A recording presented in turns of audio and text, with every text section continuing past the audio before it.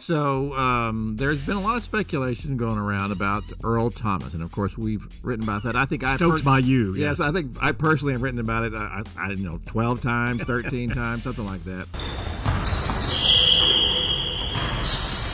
But there's people out there also saying there's no way this is going to happen. They're not going to sign him. They've got too much money tied up in the contracts they're going to renegotiate for their own people, and there won't be anything left for Earl, who wants to be the highest paid free safety in the market. Yeah. So, and the other side is those people are also saying that other teams are better positioned financially to give Earl Thomas that money than Dallas. So Dallas will not be a serious player in getting him. So tell us the update as of Tuesday morning of what the safety market is. And again, all this can change very quickly. Yeah. But wrote going into this on Monday that despite what the narrative was, that the Cowboys would be serious, would make a serious push for Earl Thomas. Again, because of the finances around the league, a lot of people thought that would not be the case, especially when Landon Collins jumped out and got that 6-year, $84 million deal with $45 million guaranteed from Washington. At that point, everyone went, see, there is no way in the world Earl Thomas is going to come here. That is so far out of what the Cowboys are willing to offer. They're not going to be a serious contender. Well, since then, you've seen about 5 or 6 other safeties go off the market, and none of them are Earl Thomas. And you're looking at teams that needed a safety in free agency who have filled that position with players who aren't as good as Earl Thomas, but are younger and weren't looking to be the highest paid safety in the market. So now suddenly, Green Bay is out of the mix. They signed a safety. Denver is out of the mix. Houston didn't appear to be in the mix. They lost their 2 starting safeties. And then there was a sense last night that it was going to be a bidding war between Dallas and Houston.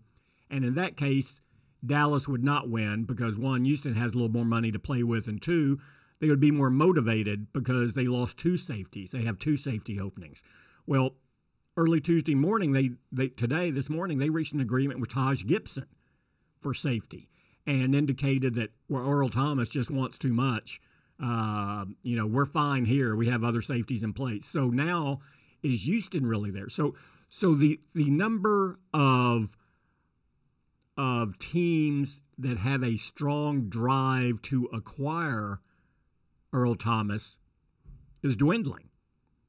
So, I think this is 1, because Earl Thomas has been selective, 2, because he does have high expectations on what to be paid. But 3, he has also been very vocal about he wants to play for Dallas. And I don't know that has helped his marketability going into this period. I think some teams were probably, we're intrigued by him, but you know what? We don't want to break the bank for him, and we don't want him to really just use us as a negotiating point for Dallas to come in and get him.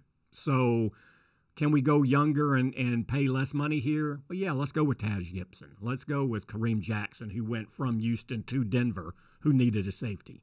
So Denver's another team that needed a safety that's now out of the market after getting Jackson. So it's pretty interesting here. I think you've seen the market adjust here.